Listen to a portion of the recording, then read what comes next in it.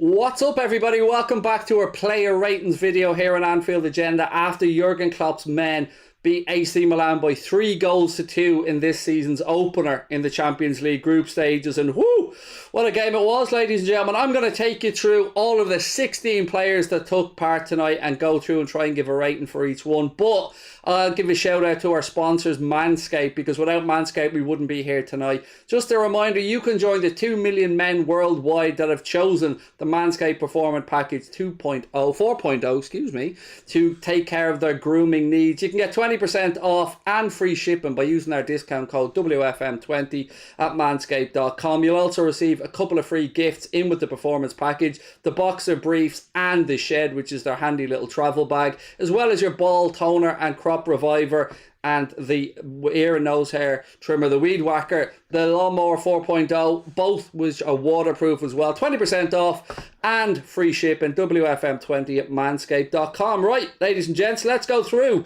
and have a little chat around the player rating, shall we? You guys are going to have your say in this one as well. You're going to have a chance to vote. So let's start off with the goalkeeper, Alisson Becker. It's a very difficult one, this. He conceded 2, but he didn't really have much to do, and I don't really think he was at fault for either of the goals. But that being said, he did concede 2, so I'm going to give Alisson 6.5 tonight, because when you concede 2, I can't really be giving him much higher. He didn't do anything wrong as of such, but for me, I'll give him a 6.5. You guys have different to me, though. You've gone for between 7 and 8 for Alisson. So 7 or 8 out of 10 with 72% of the vote for you guys. It kind of makes a mockery of my 6.5, but we move on. This is the joy of doing this.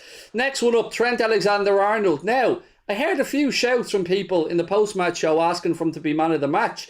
I don't see how he could be tonight. Trent always gives us a lot going forward, but it is no coincidence that the 2 goals we conceded were down Trent's side when he was caught a little bit further up the pitch. But he does give a lot to the team, doesn't he? So even with being caught out of position, I'm still going to give Trent a solid 7 out of 10 tonight, because he's always important to us going forward. He covers all parts of the pitch. You think of him as a right back, but he often drifts across to the left hand side as well.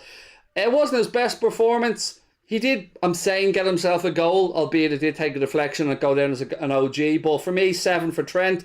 For you guys, 59% of you guys give him a 7 to 8. So again, I think we're on the same wavelength on that one. Next one up is this gentleman, Joe Matip, somebody who has made a great start to the campaign, hasn't really put a foot wrong, and again tonight I thought looked really composed. I said of our centre-back pairing, I certainly think he was the better of the 2. We had to deal with the aerial threat of Olivier Giroud as the game went on, as well as Milan went in search of that equaliser. So for me, I'm going to give Joel a good solid 7.5 out of 10 tonight. I've been very impressed with his composure, and we know what he gives us going forward as well. He loves to break the line, gallop into the opposition half. Again, solid for me. Yes, we conceded 2. Yes, we probably could have defended better in those situations. But all in all, for me, 7.5 for Matip. I thought he was the better of the 2 centre-backs. And you guys seem to agree. 63% there voted between 7 and 8 for Joel Matip. Next up, his centre-back partner tonight, Joe Gomez. You got to take into account that Joe Gomez has a lot of football, obviously, since he's recovered from his serious injury that kept him out for pretty much the entirety of last season. He was caught ball watching on a couple of occasions tonight. There's always some questions over his positioning at times, and I think when Giroud came on, he singled out Joe Gomez as the person that he could probably defeat aerially. Of the 2 centre-backs, as I said, I thought Joe Matip was better, so I'm going to give Joe Gomez 7 out of 10. I think that's probably a generous 7, by the way, if I'm being really honest. I'm always a little bit more nervy unless he's playing alongside Virgil van Dijk. So 7, I think, is quite fair. You guys think I've been too kind to Joe, and I appreciate your honesty. 5 to 6 is the vote that you guys have given, 55%, with 7 to 8 getting 40%. So you guys think I've been a little bit too generous with Joe there, and this is why we do this. Now we move on to left back Andy Robertson, the Flying Scotsman.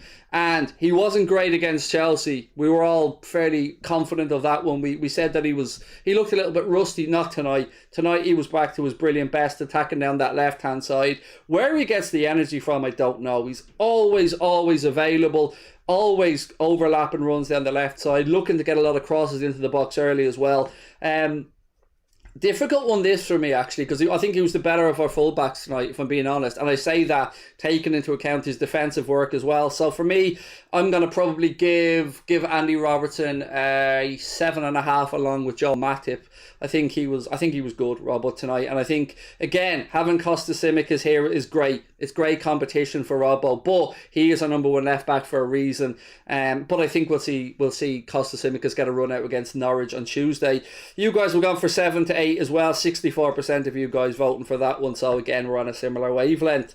I love the way we get to do this now. By the way, that we both get a chance to have our say. I have my say, you guys get to vote. We move on to this gentleman, Fabinho. To me, joint man of the match along with Jordan Henderson, but for different reasons. Hendo, obviously for the worldie that he scored, but Fabinho, he just snuffs out danger. He senses it all around the pitch, and on top of that, you still have somebody there who can deliver a killer pass if needs be. His reading of the game is sensational. Often at times he doesn't need to go to ground. If he does, he'll take a yellow. He'll take one for the team, but this is a really good performance to me tonight from Fabinho. I'm maybe a bit generous. I'm going 9 because I thought he was that good. When you're looking at a midfield for Milan that features Frank Kessie in it as well, we knew there was going to be a battle there, but Fabinho provided fantastic cover in behind. I'm going 9 because I'm going big here for Fabinho. You guys agree with me. 9 to 10 got a shocking 72%. That is a huge vote for Fabinho and a 9 to 10 scoreline there. I love it. We're vibing here, folks. We're vibing.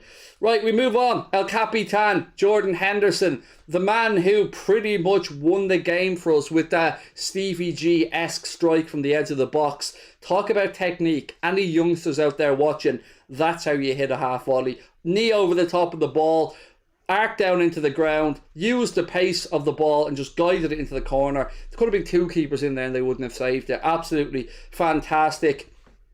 I think really a little bit less than Fabinho, if I'm being honest. So I'm going to give Jordan Henderson an 8.5 out of 10 tonight. But the energy, and he looked so much more comfortable down the right hand side, didn't he? We've seen him on the left against Chelsea previously. He just looked a little bit out of position. Where on the right hand side, he looked so much more natural there with Trent, Mohamed Salah, and of course he can slip into cover as and when he needs to as well for Trent. So I'm going to give him an 8.5 out of 10 today for the captain. Solid performance. Great to be able to have Milner on there as well to close out the game, because I love Jimmy Milner running down the clock. But for me, Jordan Henderson, an 8.5 out of 10. Let's wait and see what you guys vote with in the chat. I can see a few 8s, a few 8.5s in there. We'll wait for the final tally. There you go.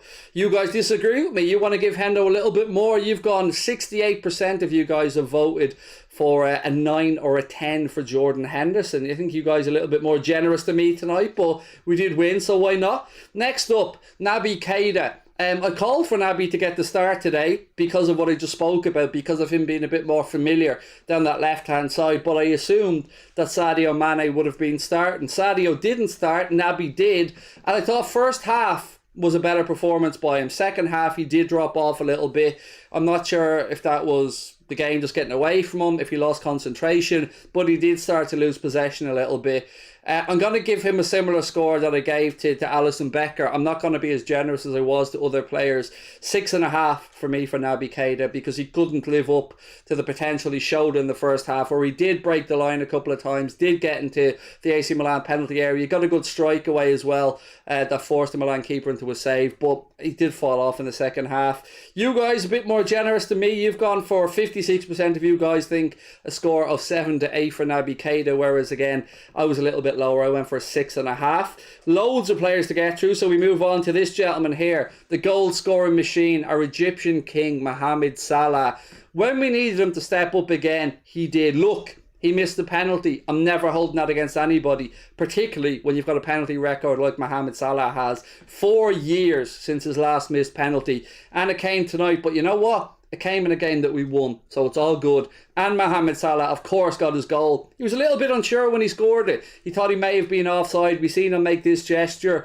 the player at the bottom of the pitch was playing him on. We've seen that with the replays. But again, just a solid performance from Mo. He's involved in everything that we do going forward. Drifts in off the right-hand side, links up really well with Trent.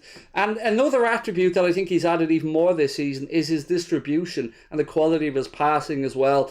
A very unselfish performance yet again from Mo, which, you know, hasn't been something we've always agreed on with him. But tonight, again, solid from Mo. How do I go with this one?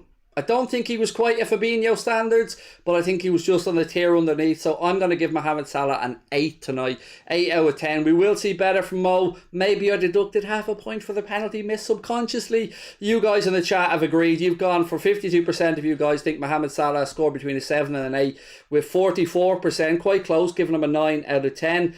We move on now to Diogo Jota. Strange one this for Jota, because I thought he had put in a good shift, always worked hard, ran tirelessly, but wasn't really involved in as much goalmouth action as we've seen in other games from Jota. Now, he did have a good chance there that I think Simon Kjaer, if I remember correctly, got a touch on it and that took it over the bar where it looked like it was headed goalwards. But with Diogo Jota, you get the energy, you get the ability to be able to drop deep when needs be. And what I love about Diogo Jota is the intelligence of his running. He always drags defenders to make space. We've seen it against in our last league game where he made the run to the right, which allowed Salah to play the ball through the Sadio Mane. And again tonight he had that clever running. Bags and bags of energy, and probably the closest person we could have to a Roberto Firmino type player in our system. So I've got to give Diogo Jota a 7.5 out of 10 tonight. So I suppose a score between 7 and 8. You guys have backed that up in the vote. You've gone for a 7 to 8 as well. 65% of you, with 25% of you gone for a 5 to 6, which I thought would have been pretty harsh, folks, if I'm being honest with you. Moving on to this gentleman now, Divock Origi. I back up what Jurgen Klopp said about Divock. I thought he was really good tonight. It's easy when we don't play well or we're losing to turn on players and single out individuals who have been poor previously. And Divock Origi has had poor performances. I just don't think tonight was one of them. I think the manager was spot on. He ran the lines really well, put himself about, and he just got cramps as the game went on, which is why he was substituted. But I think Divock Origi can hold his head high tonight. Solid 7.5 out of 10 for me with Divock. Didn't really have much of a chance attack-wise. Half chance in the first half. Couldn't get it on target. Opened up his body, tried to guide it into the corner. But I'm giving credit where it's due. I thought he was alright tonight, you know. So a good 7.5 out of 10 for me for Divock Origi, and might have put himself in the manager's thinking again for the game against Norwich next week in the League Cup. I'll be interested to see Kloppo's lineup actually for that one. And of course, I'll be interested to see if you guys agree with me on a 7.5, or if you think I've been a little bit too generous or a little bit too scabby. Scabby, a word that everybody uses, yeah? 7 to 8, there you go. We're vibing tonight, folks. We're on it. 7 to 8 for Divock Origi, with 66% of the chat voting for that one. Now we move on to the substitutes. First up, we're going to have a vote on Thiago Alcantara. You want somebody to come in, help take the sting out of the game, keep possession, keep things ticking along. And I thought he and James Milner, when they came on, really helped to do that. He wasn't shy about getting forward tonight either when he came on, Thiago. There was one funny incident where he was shouldered off the ball. It was a complete mismatch physically. And the ref was right. It was shoulder to shoulder. I thought the ref, little sidebar here while you're having your vote, I thought the ref was outstanding tonight. I give him a very, very good 9 out of 10. Ref did nothing wrong tonight. One of the best refereeing performances I've seen in a while, actually, at Anfield. He let the stuff go, let the shoulder challenges go. But that incident with Thiago I did find a bit funny. But for me, very difficult to gauge when you're getting somebody coming off the bench. So I'll go with a 7. 7 out of 10 for Thiago. He's just so clever in possession, isn't he? Everything he makes look simple. Just ticking things over, finding space, moving the ball, getting it along to the next player. And you guys agree. 7 to 8 with 78% of the vote. We've loads to get through though, so let's keep going. We move on to the next one, and that is this gentleman here. My favourite man in the world to run down the clock. James Milner, James Milner, Yorkshire Steel himself. He came on and did what James Milner does. Took the armband off Jordan Henderson, who put in a great shift and made sure that we did the job and got over the line. James Milner is brilliant at running down the clock, at winning cheap free kicks. I love him. I just love him. I love him for this, and there would be nobody else in the world I would rather have come on to run down the clock than James Milner. He did it against Barcelona, you remember, in that 4-0 epic comeback as well. That's where you get the professionalism. That's where you get the years of experience from Jimmy Milner, galvanising the troops around him as well. Solid 7 for me from Jimmy. It's difficult to gauge substitution performances, particularly when we were already winning the game, and it really was a matter of helping to just pack the midfield, run the clock down. But Milner more than played his part in it, so good 7 for me from Jimmy Milner. You guys agree in the chat. 60% of you have gone with a vote of between 7 and 8 out of 10 for James Milner. Now, a gentleman that has divided opinion over this last season, I think it's fair to say, Sadio Mane. I think in the little brief cameo we've seen of Sadio tonight, we kind of got a snapshot of the good and the bad of Sadio Mane. Always willing to run, always getting himself into good positions in the final third, but even coming on as a substitute, he could have had 1 or 2 tonight. He took his too much time for me. Cut back inside, he had a chance to get a shot away, and he tried to cut back again, allowed the defenders to set themselves. I don't know if he's lacking a bit of confidence or whatever, but to me, all the ingredients are there except the finishing from Sadio at the minute. He is getting into the right areas, and as a manager, that's what you'd want to see. You want to see players making those runs, getting into the final third, being there when the crosses come in, but he just needs to be more clinical. If he can add goals to his game this season, we've got ourselves a very good player. But as of right now, it's a bit hit and miss with Sadio, and I think, look, he'll be his own biggest critic. Because he missed the chances, I'm going to go 6.5 out of 10 for Sadio. Again, difficult coming on as a substitute. He did impact the game, but he didn't get the goal that he probably could have and should have done. So with that being said, I'm going to give Sadio 6.5. You guys have gone even lower. You guys have gone for a 5 to 6 performance out of 10 for Sadio with 50%, and then 7 to 8 with 32%.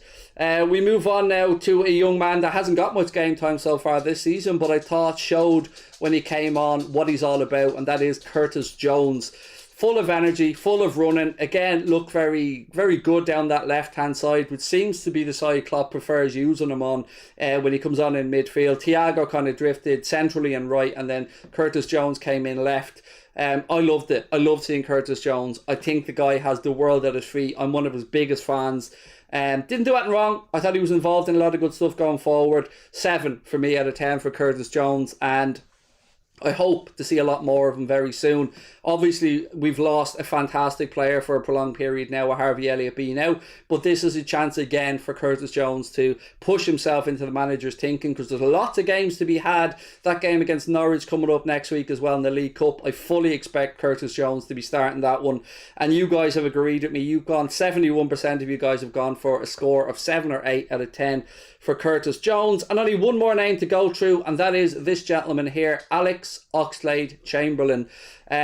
Again, a good snapshot of what Alex Oxlade-Chamberlain gives you when he came on today. Lots of direct running, lots of power and pace, breaking into the penalty area. He's not afraid to have a crack either, but I actually think he did well tonight when he came on, and maybe he has given the manager a question in his mind about, is he the man to come in and perhaps replace Harvey Elliott in the team for future league games. You know, Crystal Palace coming up on Saturday. It'll be interesting to see if Klopp does give Chamberlain the nod, or if he'll go for something like a Thiago, Fabinho, Naby Keita again. I think Jones or Chamberlain should probably get a start in the league at home against Palace.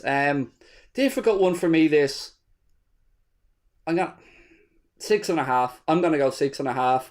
Let's hand it over to you guys and see what you guys go with in the chat as well. It's I think it's really difficult to gauge substitutes when they come on, especially when they're coming on for a specific task, to see out a game or just to help add a bit of body to the midfield or pack the midfield.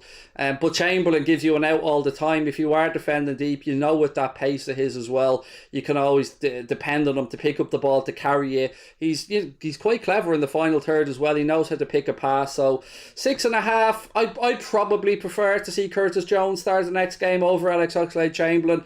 That's just my own preference, but I think 6.5 is probably fair. What have you guys gone with? 5 to 6. You guys, 48% of you have given him a 5 to 6 out of 10. 41% of you guys have given him a 7 to 8 out of 10. Again, ladies and gentlemen, really appreciate you guys tuning in, letting us know your thoughts on the players' performances tonight. My man of the match was both Jordan Henderson and Fabinho, excuse me.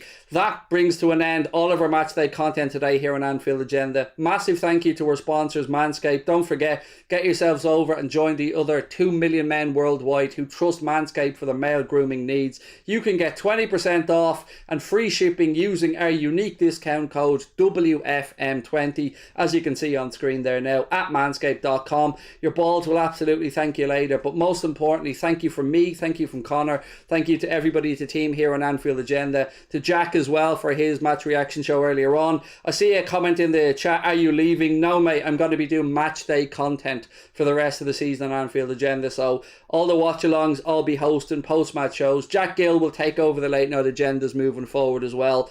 We've done Thiago, mate, you missed it earlier on. Here's a man of the match vote you guys have a chance to put in there now before we finish up as well. While you're in here, why not have a vote? I've went for Fabinho and Henderson as a duo, mainly Henderson because of his goal. If I'm being realistic, I think Fabinho was probably the man of the match, but I'm going to hang on and see what you guys go with. One last poll for you to vote on before we finish up for the night. And again, a reminder, I'll be on Craig Station tomorrow at 7:30 for the Leicester-Napoli Europa League game. Hope you can join me for that one. There is a link to Craig Station in the description below. And again, manscaped.com, 20% off, WFM20. We're just waiting for the man of the match vote to see who you guys voted your Anfield Agenda man of the match. And it is Fabinho with 50% of the vote, ahead of Jordan Henderson with 31%, Mohamed Salah with 10%, and Trent with 8%. Really appreciate your time tonight, folks. Again, we'll catch you soon. Jack will be on tomorrow with a late night agenda, but I'll be on Craig Station at 7:30 for the Leeds-Napoli game. Hope to see you over there for that one. There's a link in the description if you haven't subbed yet. Turn your notifications on. We've got lots of stuff coming up. I'll see you guys for Crystal Palace at the weekend. I'll have a preview coming up as well in the coming days. So thank you to Connor. Thank you to you guys, and enjoy the rest of your night. It's quite late now, but enjoy. Go into the night knowing the Reds